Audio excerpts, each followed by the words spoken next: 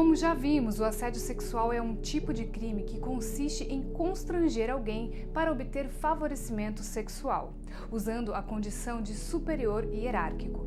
Pode ser uma atitude física, como a tentativa de um beijo, um comentário insistente, como um convite para uma carona, ou até um gesto que cause constrangimento na outra pessoa e viole sua liberdade sexual. Há duas interpretações em relação à prática do ato. O assédio pode ocorrer pelo simples constrangimento da vítima ou pela prática contínua de atos constrangedores.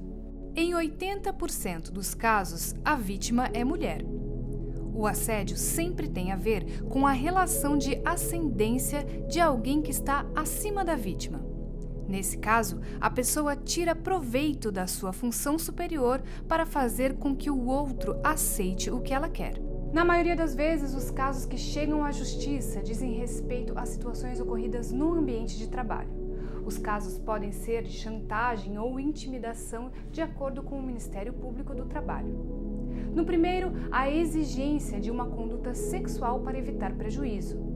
No segundo, há provocações inoportunas, com o efeito de prejudicar a atuação da pessoa, ofendê-la, intimidá-la e humilhá-la. Em 2019, essa prática foi tema de 4.786 processos na Justiça do Trabalho. A pena é de 1 a 2 anos de detenção. Embora o processo criminal decorrente do assédio sexual seja da competência da justiça comum, a prática tem reflexos também no direito do trabalho. Ela se enquadra, por exemplo, nas hipóteses de não cumprimento das obrigações contratuais ou de prática de ato lesivo contra a honra e boa fama. Nessa situação, a vítima pode obter a rescisão indireta do contrato de trabalho motivada por falta grave do empregador. Embora no direito penal a relação hierárquica faça parte da caracterização do crime, a Justiça do Trabalho pode reconhecer o dano e o direito à reparação, ainda que a vítima não seja subordinada ao assediador. São os casos de assédio horizontal entre colegas de trabalho.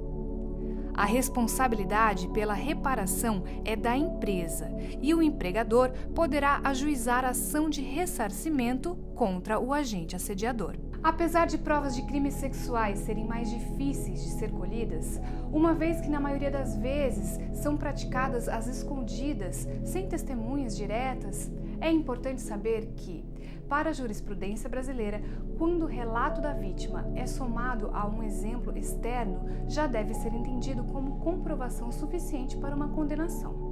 Nesse caso, não é preciso uma imagem ou alguém que tenha visto o que aconteceu. As provas podem ser posteriores, por exemplo, com um laudo sobre o impacto emocional na vítima. Ou então uma testemunha com quem ela tenha conversado imediatamente após o ocorrido. O celular pode e deve ser utilizado como meio de produção de provas. No contexto do trabalho, como vai permanecer na presença do agressor, pode-se manter o aparelho pronto para começar uma gravação.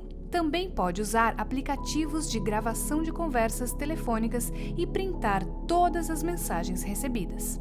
Essas informações devem ser guardadas em uma nuvem de acesso mediante senha, para que as provas não sumam caso a vítima perca o celular.